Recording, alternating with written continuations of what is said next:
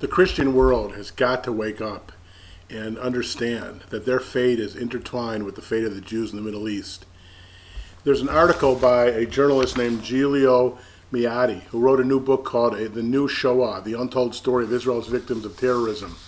And he documents quite clearly in this article I'm going to refer to now about how the Christians are being systematically driven out of Muslim countries. You know, the Jews were driven out in 1948 to 1950 when Israel became a state.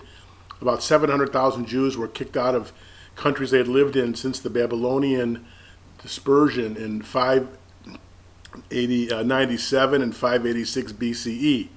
And now again, Christians are being turned out. The cross is near extinction in the lands of its origin. In 1919, the Egyptian Revolution adopted the green flag with the crescent and cross, but Muslims and Christians have been jointly participating in the revolution then against British colonialism. But now, according to human rights groups in Egypt, more than 70 Christians a week are asking to leave the country due to Islamic threats. There's only one Middle Eastern country where the number of Christians has increased, and that's Israel.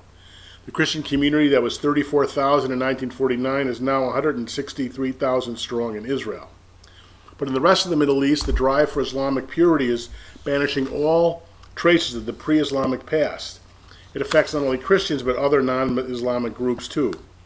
And it's amazing that the global forums, the flawed conscience of human rights groups, the self-denial of the media, the Vatican's appeasement of the Muslims, totally ignores this issue. In fact, they try and say that the churches are blaming the Jews. But according to reports on religious freedom compiled by the U.S. Department of State, the number of Christians in Turkey has declined from 2 million to 85,000. In Lebanon, they have gone from 55 to 35% of the population.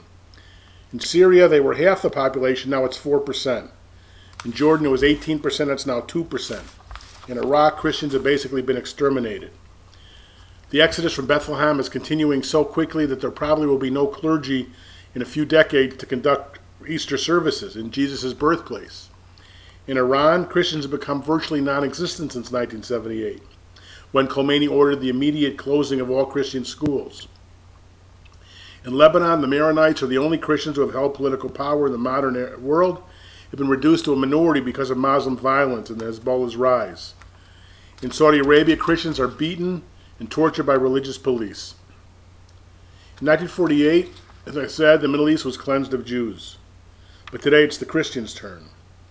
And should the Islamists prevail, which it looks like they will because the world is completely silent about this, the Middle East will be completely Muslim. It's time for Christians to recognize, as this journalist says, that Israel's survival is critical for Christians too. During the Holocaust, most Christians were either bystanders or collaborators. But today, they have to understand that the Muslim world is driving Christians out. You can't open churches in Muslim countries. Christians are being tortured and driven out, and yet the world sits idly by and gives them a pass. Why is this? Christians, wake up and see what's happening.